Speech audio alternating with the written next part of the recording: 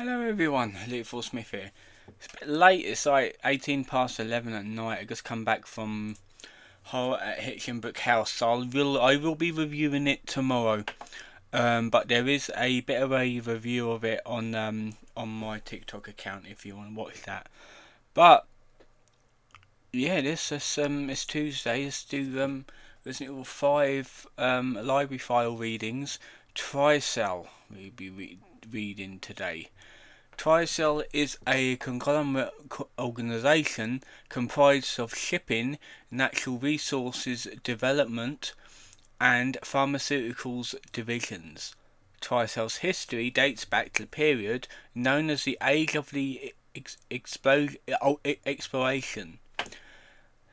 The forebearer to Tricell was Travis Trading, a company owned by the wealthy European merchant Thomas Travis. The company profited greatly from expansive trading with the Orient and laid the groundwork for what would become Tricell's shipping division. Foaming off.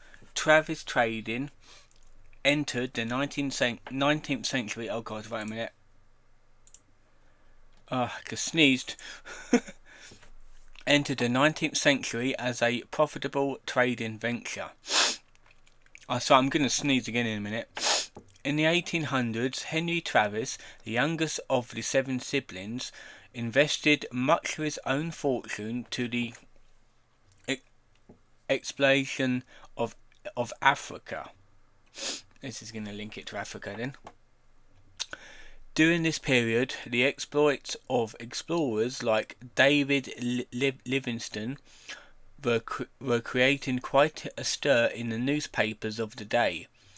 Henry's expedition was inspired by these accounts, and his decision was to have a great impact on the Travis Trading's future. Henry made 5 expeditions to the African continent in order to explore all of its regions. The extensive funds of the Travis family allowed him to continue his research into Africa, even though times when results were not forthcoming. After his 5th and final expedition in Africa, Henry Travis returned to his home country a full 34 years after he first left it. Bloody hell, it's been 34 years he's been in Africa. Henry compiled the records of his expeditions into an impressive 72-volume set entitled Survey of the Natural History. These books covered everything from animals, plants, insects, minerals, and topography. What's that studying in? To the native inhabitants and their creatures, histories, and traditions.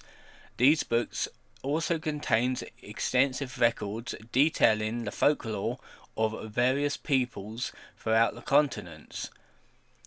These tomes were a valuable encyclopedia of the African continent.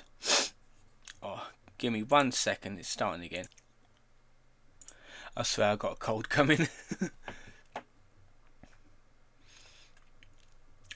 Henry's survey was published in its entirety, but his meticulous details were viewed as products of creative license and an overzealous imagination. The books were ultimately discredited by the scientific community, considered to be a novelty item. Only a few copies of the entire series were ever published. To be fair, I bet you they would have been interesting as hell. The shock of being shunned by the scientific community sent Henry into a deep state of depression. He passed away only 2 years after his return from Africa. Bloody hell, affected him that much. It is now believed that that the head of Travis Trading at the time, Henry's eldest brother, supposedly spread the rumour that Henry's books are nothing more than fiction. Oh, his own siblings are fucking him over. The thought being that he did this because he wanted Travis Trading to be the only company that could exploit the information contained within those books. Of particular interest was the topographical information contained in volumes 17 through 24. By the end of the 19th century, Travis Trading has begun to exploit the mineral resources of Africa. All over the continent, the company was mining for precious metals, and discovering / developing oil and natural gas fields. That's probably where Tricell probably built that oil field near the marshlands. Meanwhile, the company's profits continued to soar, though these operations formed the basis of Tricell's Natural Resource Development Division.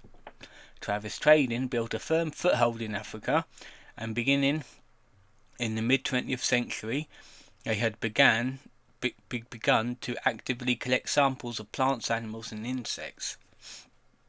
Henry's books were instrumental in guiding these endeavours. The collected specimens were used in pharmaceutical research, and before long that research brought commercial success and the subsequent founding of Tricell's Pharmaceuticals division. And this is where it all goes wrong. They knew what they were doing. Travis Trading was the basis for the shipping division. The Natural Resources Development Division was born from the information contained in Henry's journals. The specimens obtained from the African fauna were used to create the Independent Pharmaceuticals Division.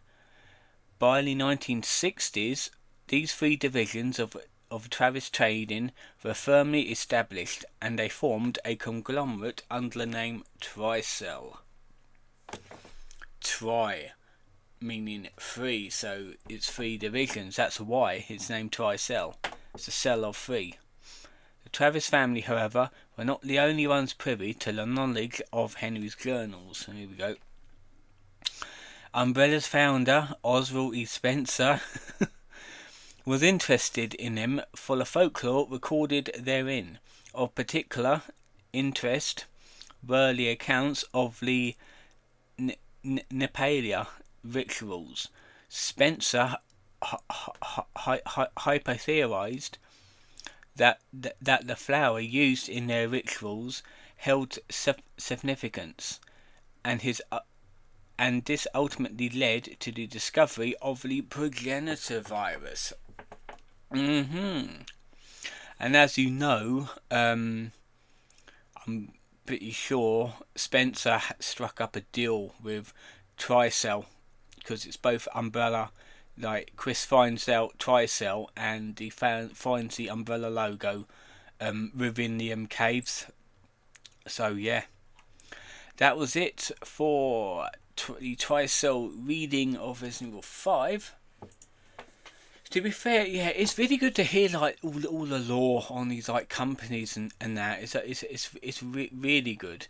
Who have we got next? Let's have a look. We got Gil Valentine next. Then we got Acela Guion and Albert Wesker. So three people of significance here. And yeah, that'll be it for today's video. Hopefully you've enjoyed it. And next time, tomorrow, will be the Hitchin Book House review video. Hopefully you've enjoyed this one. I'll see you guys next time.